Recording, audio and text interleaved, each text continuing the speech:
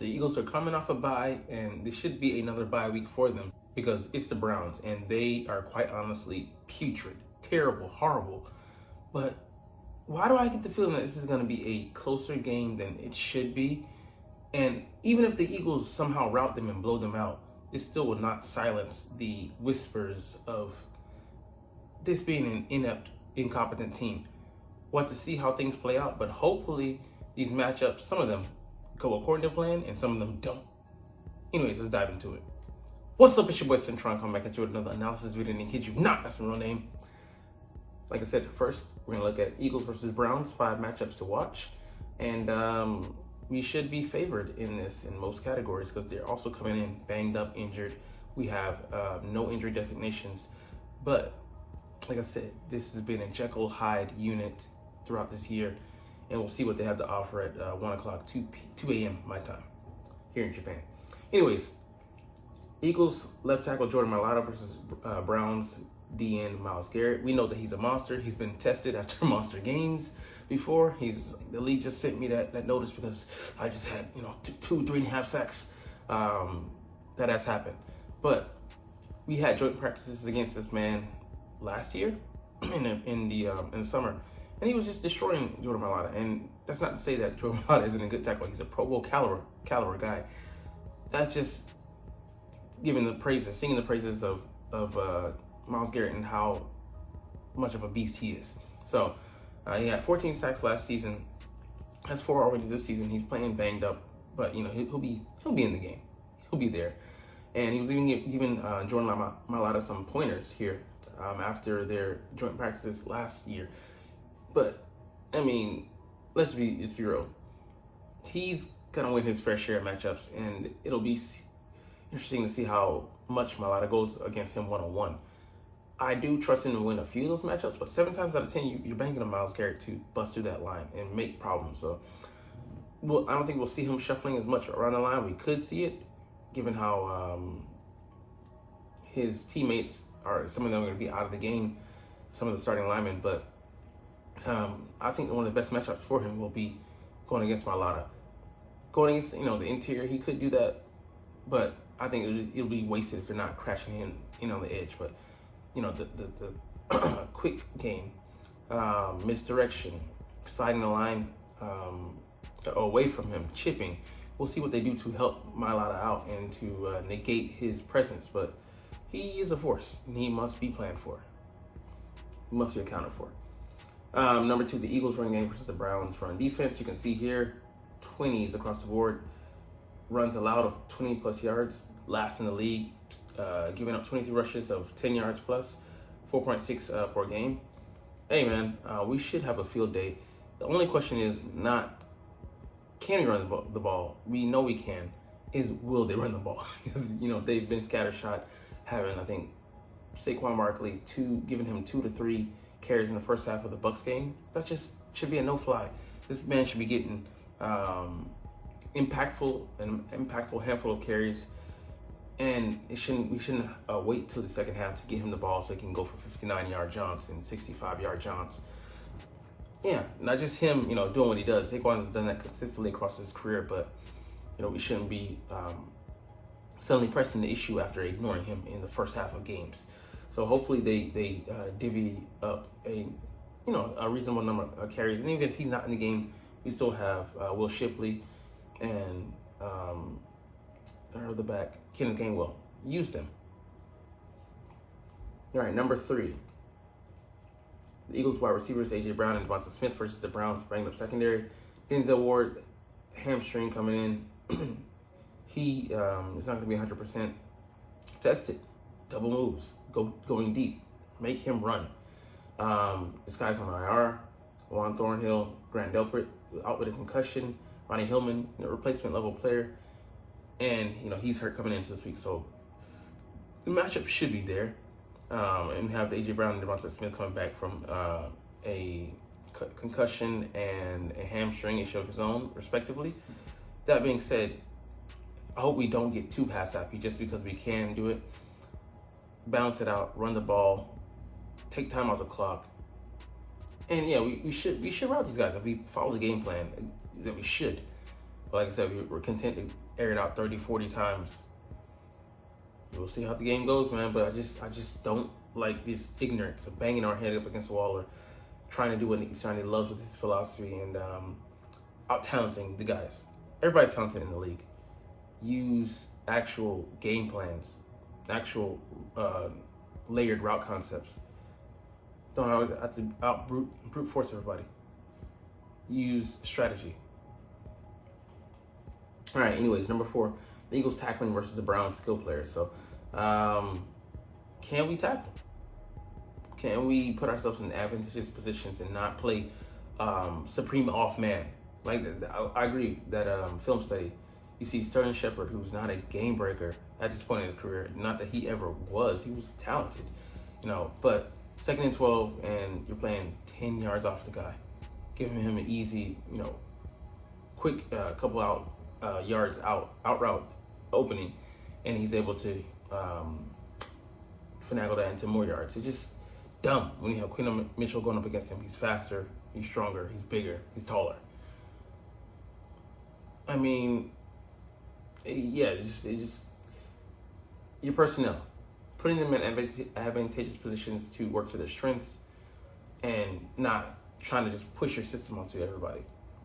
Because, hey, you might have a great system, but if you're not tailoring it to the players that you have on deck, who gives a shit? They're supposed to be in the right place when, you're not putting them in a position to succeed. We'll see, man. But some of these just sort of missed tackles, poor tackling technique, over aggressiveness. Gotta rein that shit in. All right, lastly, where might the Eagles go feasting? I mean, it should be all across this line because 4 of their 5 linemen were on the injury report, and some of these guys aren't going to play. He's on injury reserve right now after playing against the Giants. This guy and this guy, I think, are suffering injuries. I mean, Wills and Conklin.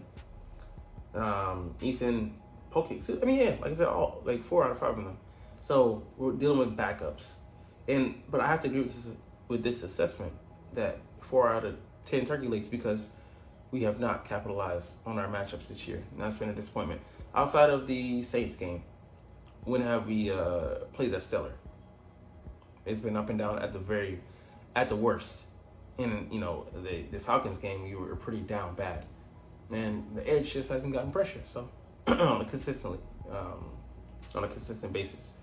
All right, let's go into the scoping out from the enemy's point of view. Eagles versus Browns game preview, 5 questions and answers with the enemy. So number 1, Deshaun Watson has been awful. Is there any hope left or should he be benched? He definitely should, but I agree with this assessment that the contract is the one impediment there because you're not paying this guy fully guaranteed money, $200 million plus to sit on the bench. You got the serial rapist in, and you want him to massage those numbers, make the contract feel good. It ain't. It's like those women, it ain't working out. But he definitely should be benched. He's a net negative, instead of being a force multiplier, as Eric Mangini used to say. He's costing his team by being out there, man. He's not seeing the field. He's throwing, the ball carelessly. He's not showing any signs of life. His yards per play is abysmal. I think it's like offensive unit, they're like at 3.8, which is just less than, I think, like half of the teams in the league, their yards per carry with running backs, which is crazy. So he should definitely be on the first train out of there. But like I said, in the backup, James Winston, is he really any that much better? Any much better? So on number 2, who deserves the most blame for the Watson situation, and then who will actually be held accountable for it? I think they're gonna get rid of the coach first. Even though Kevin Stefanski, I think he can work with a lot of guys. I mean, one of the most talented guys. When Joe Flacco was in there, you saw what the offense should look like. But except Deshaun Watson, he's not it at this point. And he's just regressed since he's come over from the Texans. And yeah, man, it's like, what do you do? Do you think there's a wholesale, regime change needed? If so, then the GM and the coach has to go. But if you think it's I mean, because they provided some solid pieces. Andrew Berry has, but if you think that, it's not the grocery shopper, but it's the person cooking the meals, and get them up out of there. I mean, like, so, I don't know. Anyways, they're stuck in between a rock and a hard place because it's been a hard franchise to have sustained success with. So, all right, number 3, what are the non-Watson issues plaguing the offense? Browns offense, offensive line. They haven't been able to stay healthy. They're lacking their running back right now. Even if he came back, though, would you want to put him in harm's way by running behind that line? Don't know. But, the offensive coordinator, I think he's fine. But, like I said, being dealt this deck of cards is debilitating because, anytime you have a quarterback like this who's dragging the offense down, he touches the ball every play. He's the main improviser of the implementer of the offense. Doesn't make sense, but if he's gonna be playing this horribly, might as well go ahead and insert someone else in there. See what they can do. Number 4, how did the Browns feel about former Eagles defensive coordinator Jim Schwartz and his unit enter this matchup? I think they've been playing reasonably well, given the stacked deck of cards they have been given. And it's only so long that a defense can hold out. Because I do like to, chide 49ers fans, but there wasn't much that they could do with their defense, purely going out there after, seeing their offense get defeated on 3 and outs. What were you supposed to do? And there was going to be a breaking point. And it's similar to the Browns, they have an actual quarterback in there, but he's not giving them anything to work with. And 3 and outs, a lot of tired units out there. A lot of time possession going against them, and if you're going to be out there on the field that long, it's going to break you down. And that chemistry, the lack of hope, it's going to kill you mentally. So it's crazy how much, it's a physical game, but it's just as much a mental game, if not more. So I don't know what to tell them. But anyways, let's get into the final injury report. So like I said, all our guys are healthy, and there's been 2 practice squad elevations. Paris Campbell, we added him to the regular the active roster because he had no more elevations left. He elevated a player 3 times from the practice squad, and then we also elevated Jack Stoll. I think this is either his first or second one. I think his second one, but he has 1 more left. But we're going to say offensive line security, brought him over from Miami Dolphins after they cut him. So,